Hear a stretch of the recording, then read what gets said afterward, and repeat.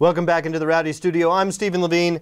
My friend Tom Vandervoort sitting alongside me. I'm not happy. And Tom, perhaps the biggest story of the weekend came down before the green flag ever flew. A mere hours before the race was scheduled to start, NASCAR announced that AJ Allmendinger failed a random drug test. Yep. Penske Racing had to fly Sam Hornish down to take over the 22 car. So he could wreck, which he is wont to do. It wasn't his fault. He blew a tire. Give the man a break. Can we get back to AJ Allmendinger? I'm disappointed. And his failed drug test? Well, look, obviously, there's still a process that has to be gone through AJ here, has so let's keep that in mind. 72 hours to request that the B sample be tested, right? The B sample as in A versus B, not as bzz. Right. The A sample is what was tested and came up positive for some illegal substance. We don't know what. Now, some people have asked, well, why did they suspend him? And I think, isn't there due process? Yes, there is due process, but I think what we're basically saying is the positive test is proof of guilt, and now we're into an appeals process, okay? So the B sample is the first step of an appeals process to say, hey, I don't think this A sample was correct, and I would like to have the B sample tested, and I can have my attorneys there and make sure and he can be the thing is properly adjudicated and so forth.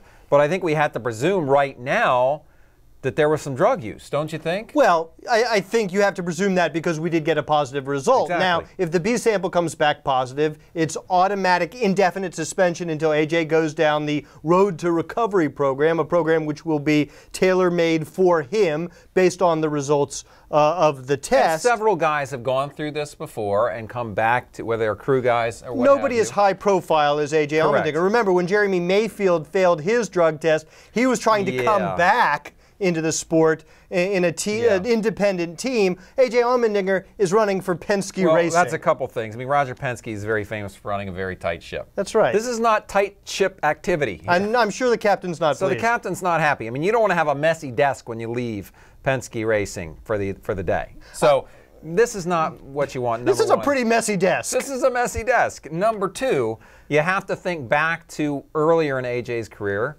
when he was arrested for driving under the influence and kind of faced the music. Stood up and faced the music and handled that about as well as you can handle it after the fact. So are you saying this is strike two?